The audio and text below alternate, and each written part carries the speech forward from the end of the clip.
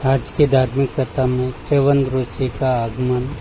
एक दिन जब श्री राम अपने दरबार में बैठे थे तो यमुना तट निवासी कुछ ऋषि महर्षि च्यवन ऋषि जी के साथ दरबार में पधारे। कुशल क्षम के पश्चात उन्होंने बताया, महाराज, इस समय हम बड़े दुखी है। लवन नामक एक भयंकर राक्षस यमुना तट पर भयंकर उत्पात मचा रखा है। उसके अत्याचारों से त्राण पाने के लिए हम बड़े बड़े राजाओं के पास गए, परंतु कोई भी हमारी रक्षा न कर सका। आपकी यशोगाथा सुनकर हम आपकी शरण में आए हैं। हमें आशा है कि आप निश्चय ही हमारा भय दूर करेंगे।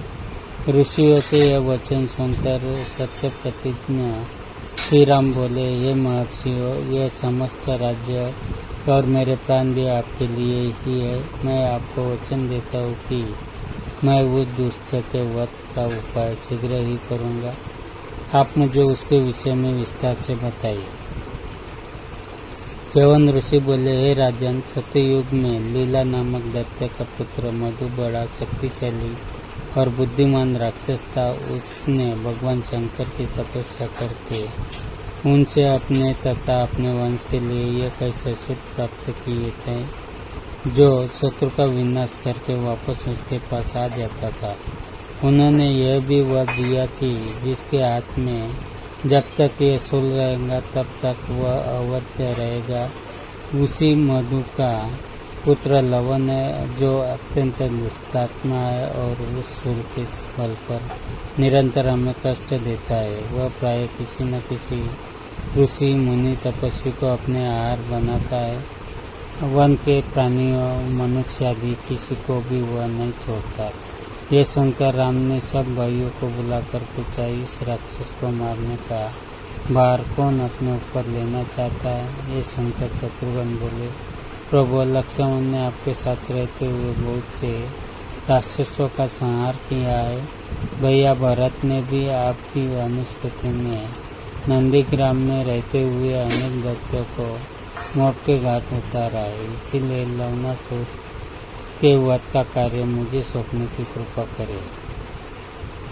श्री राम बोले, ठीक है, तुम ही लवणासुर का संहार करो और उसे मार के मधुपुर में अपना राज्य स्थापित करो।